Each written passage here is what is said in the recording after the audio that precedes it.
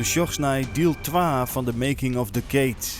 In deel 1 koest je naar de tarriedings van het opnameproces van de nieuwe dramaserie van Omroep Friesland. Mirjam de Wit is regisseuse en ze had al repeteerd met de acteurs. De hinnenstal van de haardrolspeler verkend.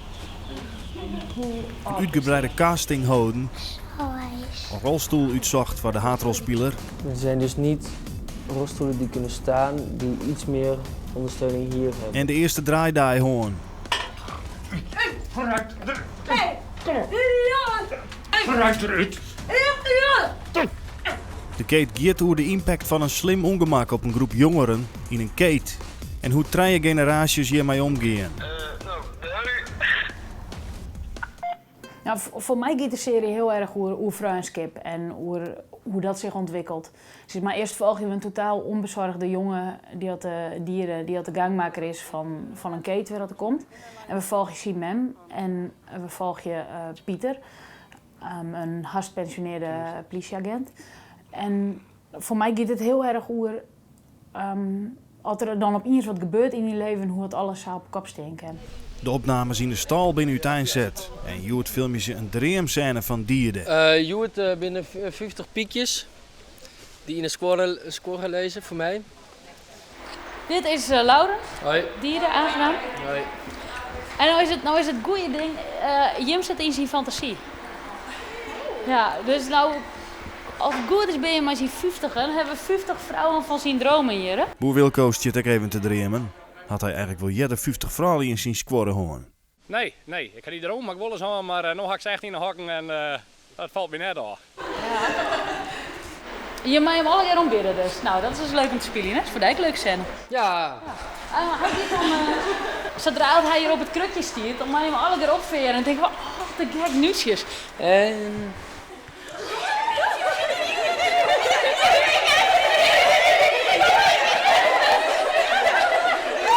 50 heel nekte piekjes die smachten naar het voer van dieren, de haardrolspeler. Beetje ranzig. helemaal net. Ik ben prima fantasieën. Ik bedoel, hier staat toch ik? Ja, en erger. Maar hoe ziet dat er eigenlijk uit in de serie?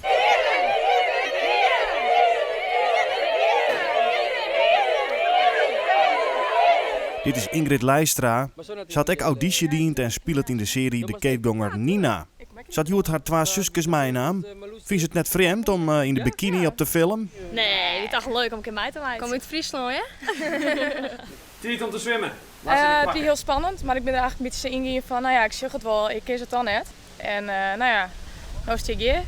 Dus ja, een hele ervaring, maar hartstikke leuk. Om mij spelen te kennen moest ze haar werk wel een beetje aanpassen, maar dat slag het al eer. Nou ja, bij mijn orenwerk ben ik wat ontpassen en meten. En het komt precies uit, dus ik vind het mooi. Ja, en ik had leren collega's, dus...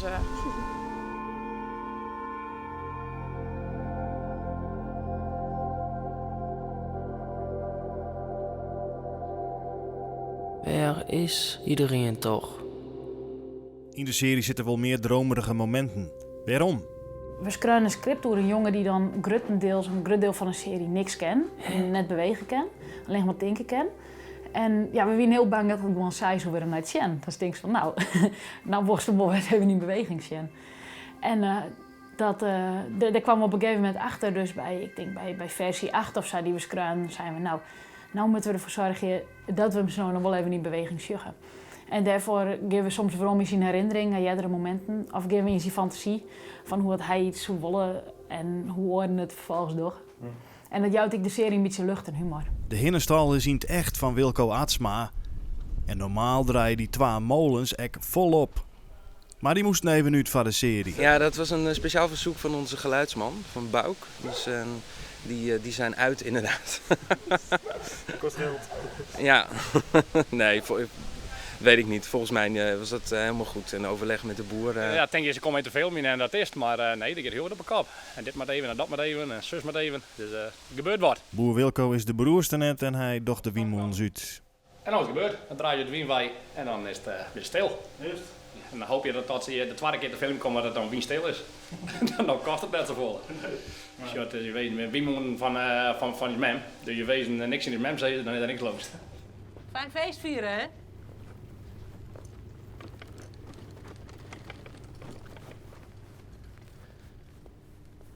Zo Laurens van den Akker al een beetje wend weer zo'n sinaie rolstoel. Nou, ik kan er al even in zitten. Ik heb natuurlijk heel veel gerepeteerd in een bureaustoel. En in een gewone rolstoel. Maar dit is wel een beste rolstoel. Ik ben helemaal inklemd. En ik kin op een del en een hoofdsteun. En hij is er vooral bak om er net uit te vallen. Voor ook 10 patiënten die niet kennen. Maar het is wel een beetje method acting dat toch. Hoe is het echt hingejek? Ja, ik moet alles loslitten. Miriam zei ik moest mijn Arnold moest me op een bergen drukken.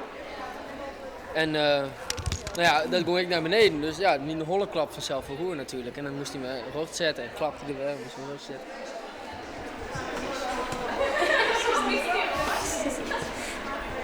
Apart.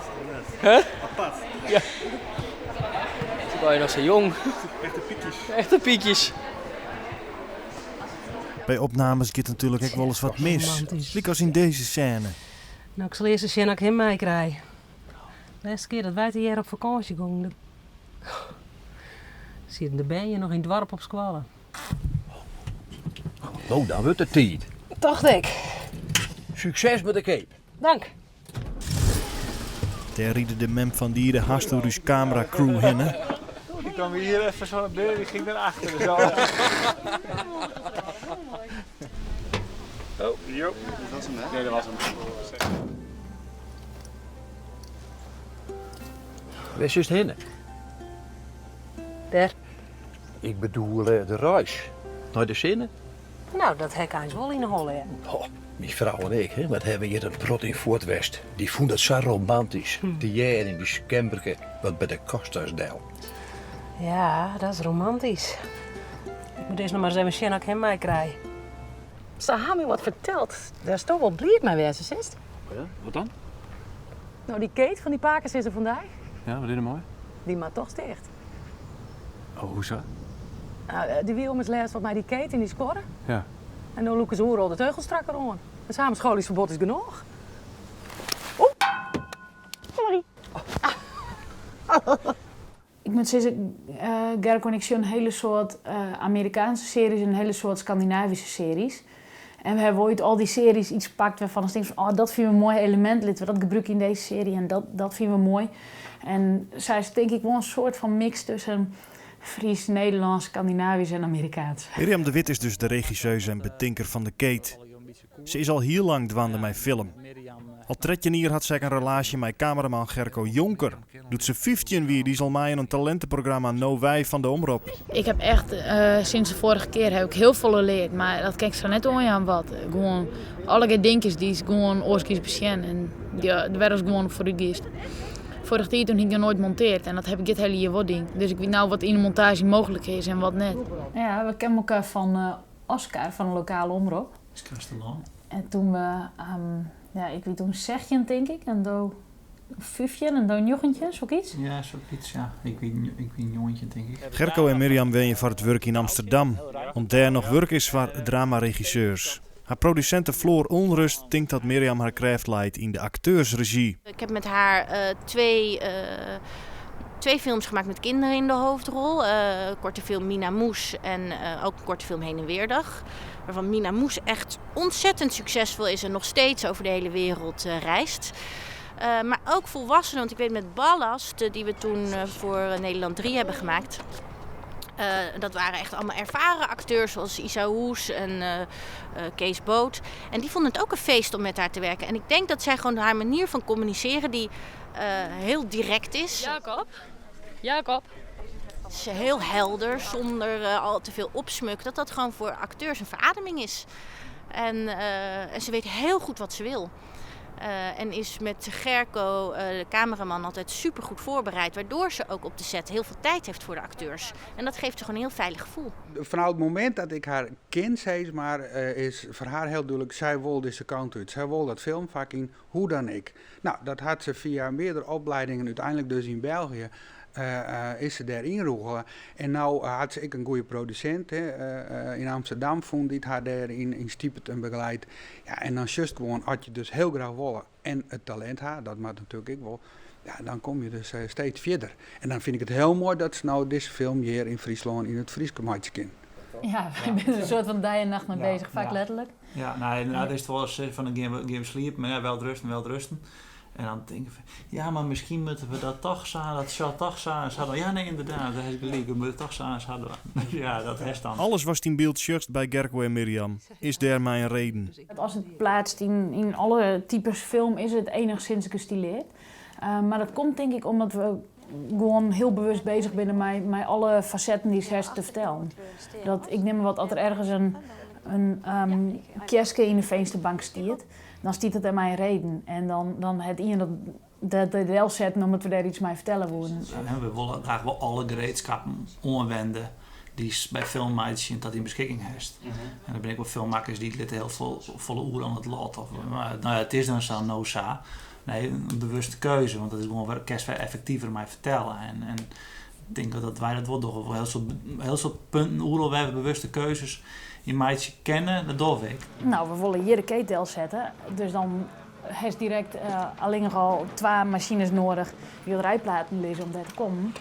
En vervolgens, dit is een mooi uitzicht. En dat willen we natuurlijk graag gebruiken, want als dat in een keten is, dan wil ik graag dat buiten mooi eruit ziet. Dat moest er een keten gebouwd worden, die had daar een raam hier op dat plak. En dan vervolgens komt er dus een treddenkraan bij, maar die keet, om te plaatsen. En terwijl dat ding nog in de kraan hing, moest Gerco erin klimmen, zodat dat raam wetterpas op een goede plak kwam. Want ja, als het dan net wetterpas is, dan heeft het nog een probleem. Je bent een hond, je controlfreaks, toch? Behoorlijk. Ja. Behoorlijk, ja. Nou ja, goed, dat krijgt als dat was, dan moest het ik waar. En ik bedoel, het is volle makkelijk om te zeggen van, nou ja, een mooie Frieske uitspraak, wat net ken, dan moet het maar zat ken. En dan is dan ik best genoeg. Maar nee, we willen wel zeggen. En dan maak je, dat is gewoon een consequentie van bewust vertellen willen. De haardrolspeler bedaart in de serie in het ziekenhuis. De crew is daar een paar dagen ontfilmen, maar kind dat zomaar in het ziekenhuis. Wij hebben vanwege de zomersluiting hebben wij de afdeling 6 weken gesloten. Dus is de helft van onze afdeling vrij. En er is gevraagd dat jullie opnames konden maken. In deze periode kwam dat heel goed uit. Dus. Het is gloeiend heet op de set. Een liedse romte, simmers kwaar en lampen. Een van de belangrijkste scènes wordt nou opname en de sfeer is een beetje gespannen.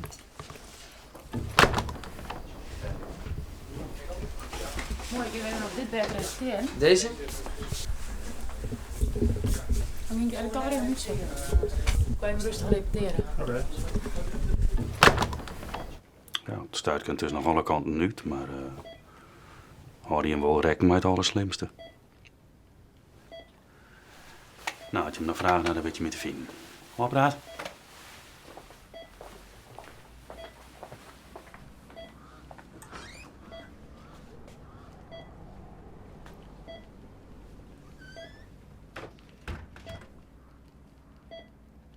Je komt Orijn, je komt bij het bed van dieren. Ik kom zo zitten. Door Hester even naast zitten, maar dat denk ik met fut. Dus dit is maar een 10 minuten na dit gesprek wat je hem krijgt voor te hebben. En af.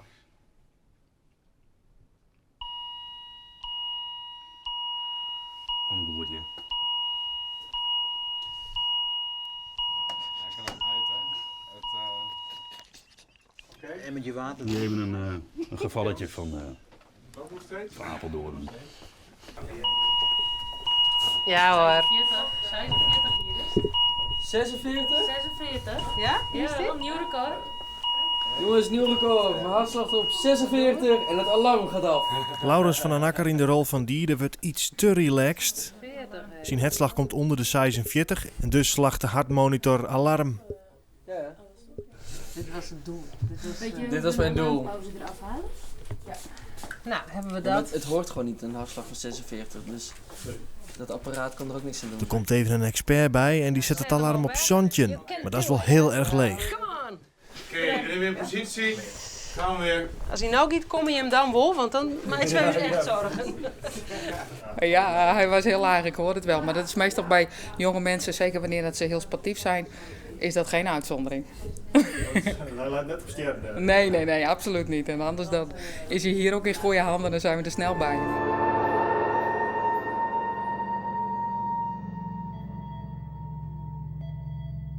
Ik ben bang dat in alle gevallen de pon 16 Noorden rekken is. kan een hege of een lege dwarslesie opleveren, dan ben ik nog wel volle slimmer. Hilbert Dijkstra speelt de dokter en hij had wel even wat medisch advies inwon. Ik ga wel, je wordt in het ziekenhuis vragen, want ik had over de pons asinorum, ik had over de hassenstam.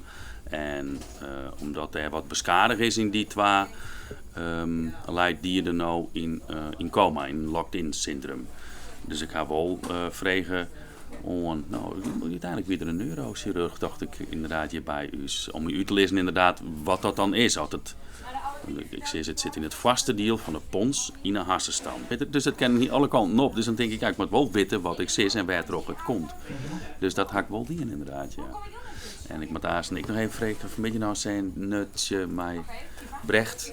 Waarin ik giet over het ombrengen van een stoma, een condoomstoma en een pipetje om hem even mij te helpen met poepen. Dus daar mag ik nog even over vragen hoe dat dan zit. Nee, dus dat vraag ik wel naar. Camera. Hallo. Proost! En wat je nog niet kijkt er altijd op de soepen. Ik heb er nog een keer gewoon leuk en gezellig wezen. In de serie zit ook een klef stel, die eigenlijk de hele serie toch...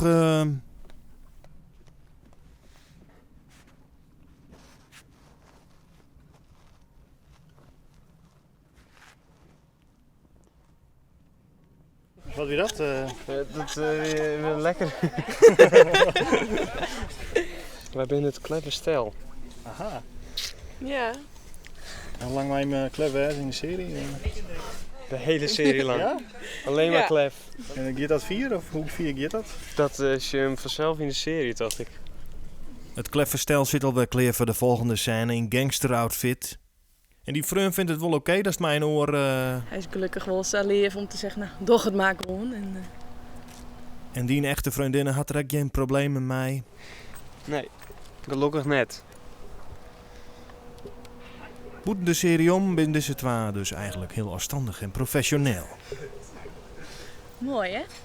Ja. De heid van haardrolspeler Diede plaatst Joet de Kate op zijn plak met een kraan.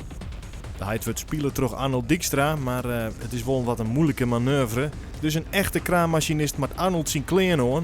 Alleen die is een beetje breder. Mag ik een t-shirt aan, hè? Oh, nee, maar die paast nog wat. Ja, ik wil wel passen. Maar nee, die is. Dan stel ik dat op Hebben passen. wij nog een shirt dat lijkt... Bijnemaatjes dan.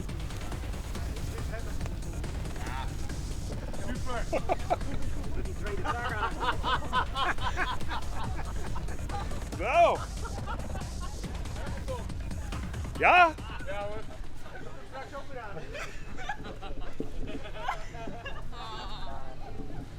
Oh, wat maar.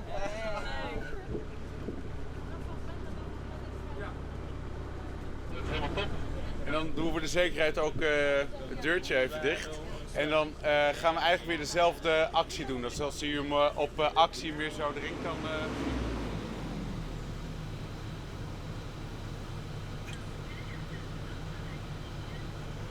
Stop! En dan nemen we nou een fake stukje op zonder de container, maar wel mijn acteur.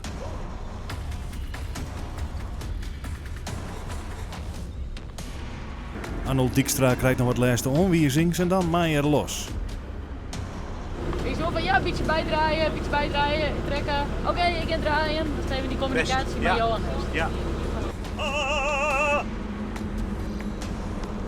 We zien hoe het zit, joh. Zit er niet in de bagel? Nee.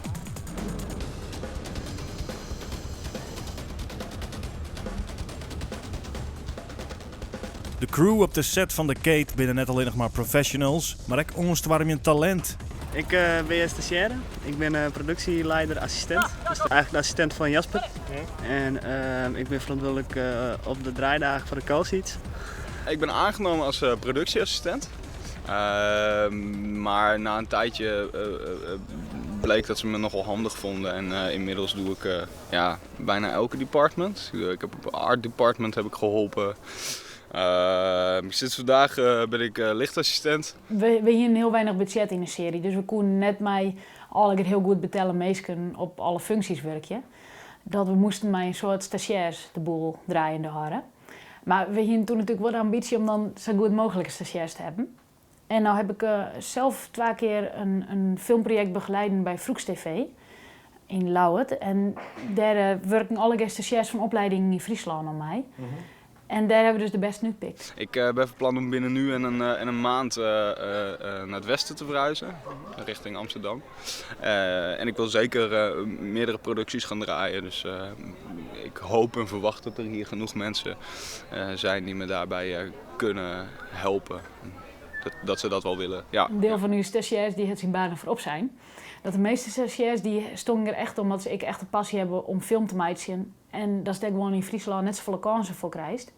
Dus die woon ik echt graag mijn werkje. En daardoor wien het echt hele goede meesken. Het werkje, dat is het zeker, maar super leerzaam. Ik ben nu bij de tweede periode alweer bezig. En als ik zie hoe we in de eerste periode binnen begonnen en nu in de tweede periode al qua kennis en ervaring al hebben op ding, dan denk ik dat we al een heel eind binnen. Dat hebben we heel veel geleerd. Ja, van die in ieder geval hebben we al heel veel dingen geleerd. Echt het liefste ding wat nou heel simpel is, standaard, maar lucht met gambles. De eerste dag weer echt een ramp. De eerste weken weer een ramp. Ja, dat meest ik zie het weer. En ik wist dat ik dwam moest. En echt, ik dacht, nou, het weet hoe het goed komt. Maar inmiddels is het wel zo dat je krijgt routine. En je houdt afspraken met opnameleider maken van, hey, ik vind het fijn als dit doet. Nou, dan doen we dat. Op een gegeven moment toen gingen ze bij ons op school vragen van, hebben jullie nog mensen die dat leuk vinden, die het leuk lijken? En toen zijn ze eerst bij de modeopleiding gaan kijken. Maar dat is niet helemaal waar het voor is. Het is meer de stylingopleiding wat ze eigenlijk zoeken. Nou ja, dat was ik.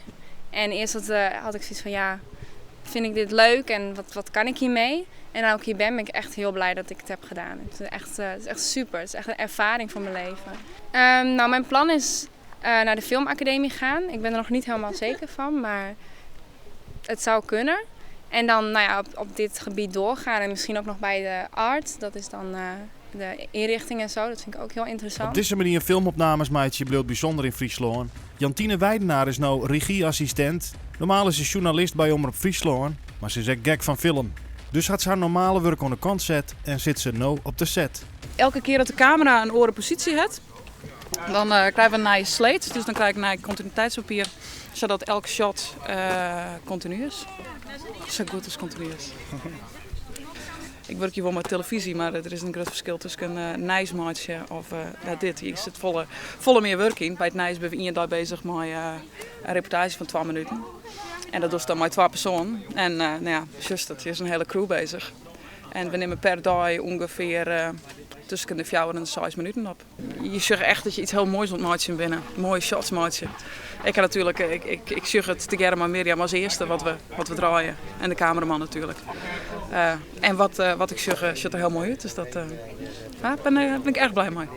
De regionale omroep staan onder druk. Dan een dramaserie is een dure productie. Hoe is dat toch lukt? Nou ja, wij hebben heel lang extra geld gekregen van de provincie voor specifiek drama. Ik voor oren dingen, maar ik voor drama. Nou, dat is nou wel opgebouwd, maar daar hebben we nog reserves van. Er weer de mogelijkheid om dus geld te krijgen bij het Mediafonds. Dat hebben we volledig benut. We hebben zowel voor de ontwikkeling van het script als voor de pilot hebben we financiering gekregen van het Mediafonds. En hier en daar nog wat extra dingen. Ik een deel uit ons eigen budget. Daarmee is de krek slagen. Voor de toekomst wordt dat wel lastiger, want het zijn wel dure producties. Het is net te vergelijken met een gewoon televisieprogramma. Nou ja, dat haast misschien nou ik wel zo. Er gaat zoveel tijd in zitten om het goed te maken. Van de beginfase tot het eind. Ja, dat kost gewoon geld en tijd. Eerder in de making-of koest Jen dat Mirjam nog op zoek wie naar een Liets Famke. Er waren eigenlijk nog geen geschikte kandidaten. Totdat Lisa binnenkwam. Oh god, leren Scott. Wat is er nou? Ik heb sterren buik. Ja, maar wist er net naar Mem te gaan? Maar meer net. Wie een Mem net? Wie er net in je thuis? Nee, En maar hoe is dat? maar weer ik net. Die zit er als laatste bij kwam. En dat die hem gelijk raak. Nou, de auditierondes draai ik het hier naar de tijd. Toen kwam Mirjam bij ons van nou, wij willen Lisa heel graag in de film. En Lisa? Moesten we eerst bij Omroep Friesland audities doen, inderdaad, hè? Ja. En dat ging zo goed. Toen zeiden ze van, dat is leuk. En wat zeiden ze toen? Ik ben de liefste, maar wel de... Beste. Maar wel de beste. Ongelooflijk. Maar hij, Ja, joh. ik kan nog geen smaren. Was die nog even niet smaren? Nou, ik kan die nog even helpen. Hé? En je wordt een hele lange dag. Ja, en wat vindt je ervan, Lisa? Die is wel leuk, hè, Lisa? Juist hier is het pinnenbuik. Waarom? Waarom hier is het pinnenbuik? Niet. Hier zijn soort spekjes, hoor. Nee, Ja toch? niet. Niet? Lisa is nog maar lietsvamke. Op de set is dan ook al sprutsen dat er geen rare woorden vallen. Als er eens even wat misgaat. Ja, maar wat dan? Ik heb nog toch een hoes en een baan? Nee, een baan. Kut, sorry. Oké, pak hem even. Sorry. Ik heb een huis in. We zijn een baan. Baan. God, pardon. Sorry. Sorry, ik maak een kwartje in de... Oh, wat erg dat ik dit zijn ha. Dat doen die nou dus nooit. Haatrolspeler Dierde speelt toch Laurens van den Akker is nou aan het oefenen van een stunt. Hij maakt hem achterover vallen litten. En de dochter al hier bij stuntteam De Beukelaar. En die doet ook de stunts bij Inglourious Basterds, Sonny Boy, Nova Zembla, Borghout, etcetera, etcetera. Ja, is goed. Ja, dat is goed zo. Ja, ik heb hem vast. Nee, ik heb hem vast. Ik heb hem vast. Maar ik ga dit even doen. Maar ja, het is goed om te weten, kijk, voor jou even, hè? Dus wat is maximale hoogte wat jij durft, hè? Want als jij zegt van, Ja, kijk... nee. Ik doe deze eerst nog een keer. Oké. Mammy.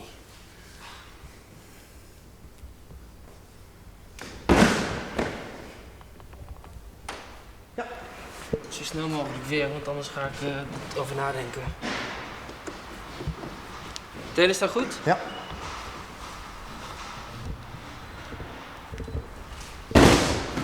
Hoe dat ze dit even oefenen gaan per maand jeder. Laurens is nou bij de opnames een stuk zelfverzekerder hoe zijn stunts. Ik heb er heel veel zin in. Ik bedoel, het komt net zo vaak voor dat ze een eigen stuntmeester waren. En ik heb al nog wat meer stunts die in.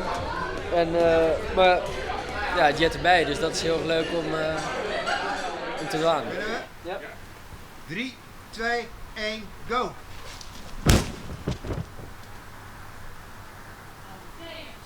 In deze flat in Amsterdam wordt de montage die van de Kate troch Sander. Hij had zijn wenkamer ombouwd tot montagestudio. Ja, dat is een beetje zo gelopen met de jaren. Op een gegeven moment ben ik voor mezelf begonnen en dan ga je langzaam opbouwen. En het is er nog niet van gekomen om een ruimte te zoeken. Dus,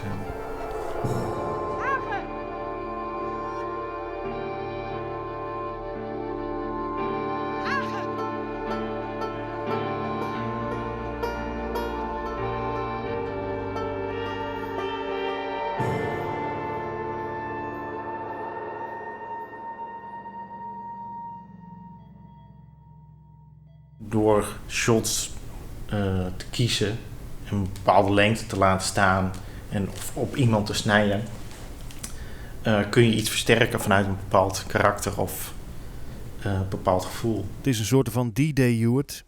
Er komt een commissie bij Sander Del van experts die het mij werken houden de Kate. Waaronder ook filmer Pieter Verhoef. Waarom docht hij eigenlijk mij om deze kraaksessie? Je hebt in het begin heb je wat mensen nodig die ze nou en dan wat zeggen vanuit hun ervaring. En dan moeten de makkers zelf misschien wat ze daarmee doen willen natuurlijk, vanzelf. Ja. Maar ik vind het altijd aardig en ik doe het niet bij iedereen. Ik doe het bij mensen waarvan ik denk van nou, daar zit wat in. En dat is zeker bij Mirjam het geval. Er was gewoon het allerbeste meidje was meidjekerst binnen de middelen en de tietjestest. Dat wij een aflevering monteerd hebben, dan denken we nou, dit is goed. En nu gaan we eens eventjes wat input van mensen vregen. En dan krijgen we een team van mensen die er verstand van hebben. Die had al even vanuit verschillende richtingen naar het beeld sjuggen. En die jou ik weer hun input. En dan kijk ik daaruit weer van, oh ja, daar ben ik het mee eens, dus dat gaan we verhoren. En oh, dat is een nieuwe manier van denken, dus dat proberen we uit.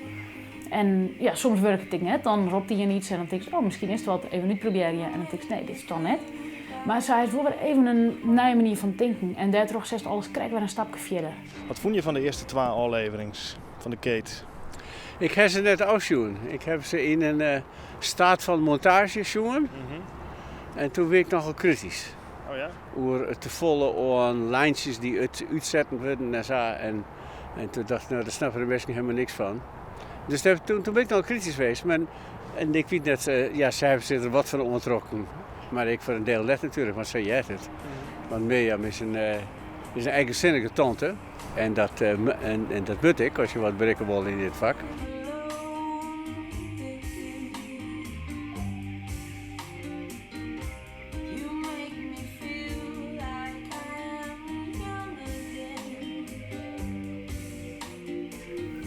Waarom? Omdat ik geloof het niet. Ik had het in het script ook een beetje, maar nu ik het zie, ik geloof het gewoon niet. Maar dat zij verliefd op me geloof ik? Nee. Maar dat blijkt toch uit alles? Ja. Ze maakt een ding voor hem. Nou ja, dat kan ook toch vriendschappelijk zijn? Nee, precies, ja. En ze gaat bij hem op schoot zitten, toch? Ja, ik zou het... Of is het alleen maar geil of wat? Bij de viewing zit ik alle partijen die het belutsen binnen bij de Kate. Family Affair Films, Omroep Friesland en theater. Wat bijvoorbeeld wel leuk is, wat gegaan is, wat ik me nog goed kan herinneren, is hoe de personage zich ontwikkelde. Dus dat is bijvoorbeeld zo'n personage van Arnold Agen. Ik denk, nou, het is een gesloten man. Maar hoe krijg je geloofwaardig dat hij ook een moment krijgt dat hij voor zijn zoon gaat zorgen? Dus dat hij... wat is zijn ontwikkeling? Want de ontwikkeling van Lies, rol van Tamara, dat was vrij snel duidelijk. Omdat je wist, nou, zij wil eigenlijk al haar leven veranderen voor het ongeluk van haar zoon. Ja, want ze koopt een camper, ze wil reis met haar man maken, ze wil anders haar tijd gaan indelen. En wat gebeurt er met zo'n vrouw op het moment dat ongeluk gebeurt? En hoe pakt ze toch haar leven op? Hoe gaat ze dingen veranderen? En dus de vraag was, oké, hoe gaat Agen zich zo ontwikkelen dat hij ook actief daarin is? Dus wat wordt het moment dat je echt gaat nadenken? En dat vind ik ook zo leuk van zo'n serie, op het moment dat je 10 afleveringen hebt. Oké, in aflevering 1 hij is dus een zoon. In aflevering 2 maken wij dit van hem mee. In aflevering 4 is er een moment dat er een soort omkering komt. En dan gaat hij weer een stapje terug, weet je, net als in het leven. En hoe komt hij tot de verandering? In de serie krijgt dus de haatrolspeler Diede een ernstig ongeluk. Maar komt het ook goed in de serie met Diede? Ja, ik wil natuurlijk net de volle serie, want ik heb het meest kan sjuggen. Dan zie je een aflevering, dan weet je het.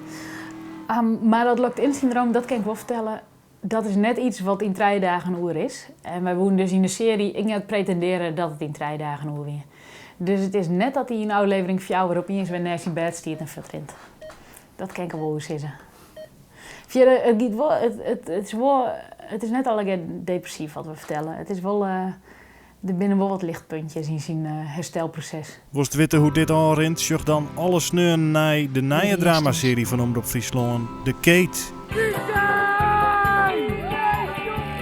En dat maakt je skielik de boel draaien horen. Hij redt hem wel in, een beetje de rond te krijgen. Oh, wie is dat die blootje? Die sleept zo net morgen. Het is mijn Ben, tuurlijk heeft ze met mij maken. Wat je nog die Kate er altijd op weer de soepen. Wat is dit? Wegwezen.